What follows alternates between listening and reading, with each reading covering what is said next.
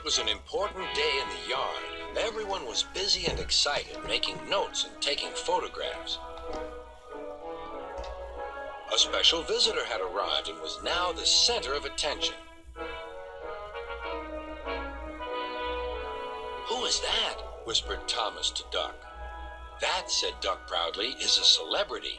"A what?" asked Percy. "A celebrity is a very famous engine," replied Duck. "Driver says we can talk to him soon."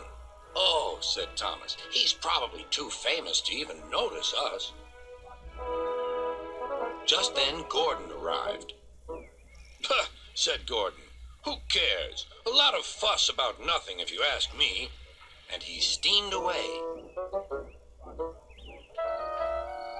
Later that night, the engines found that the visitor wasn't conceited at all. He enjoyed talking to the other engines till long after the stars came out. He left early next morning. Gordon was still complaining. "Good riddance," he grumbled, "chattering all night. Who is he anyway?" "Duck told you," replied Thomas. "He's famous." "As famous as me? Nonsense." "He's famouser than you. He went 100 miles an hour before you were even thought of." "Huh, so he says," huffed Gordon, "but I didn't like his looks. He's got no dome. Never trust domeless engines. They're not respectable. I never boast, but I'd say 100 miles an hour would be easy for me. Goodbye." Duck took some freight cars to Edward's station. "Hello," called Edward. "That famous engine came through this morning. He whistled to me. Wasn't he kind?" "He's the finest engine in the world," replied Duck. Then he told Edward what Gordon had said.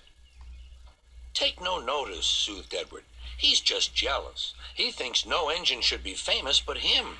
Look, he's coming now." Gordon was running very fast. His wheels pounded the rails. "He did it, I'll do it. He did it, I'll do it." Gordon's train rocketed past and was gone. "He'll knock himself to bits," chuckled Duck.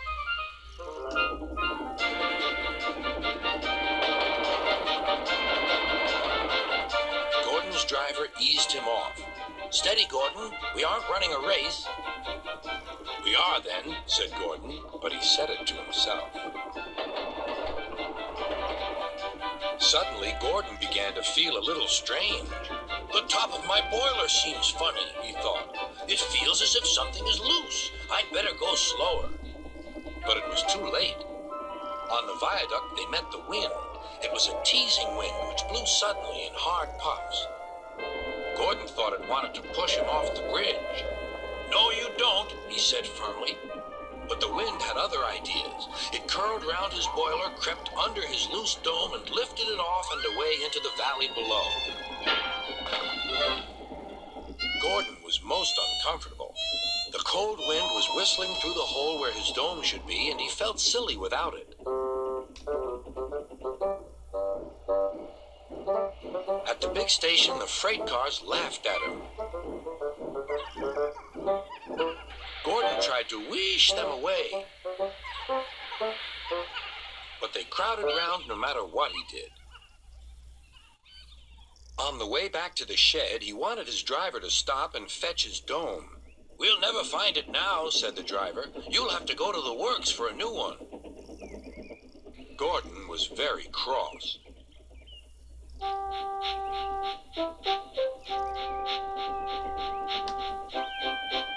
"I hope the shed is empty tonight," he huffed to himself. But all the engines were there waiting. "Never trust domeless engines," said a voice from somewhere behind him. "They aren't respectable."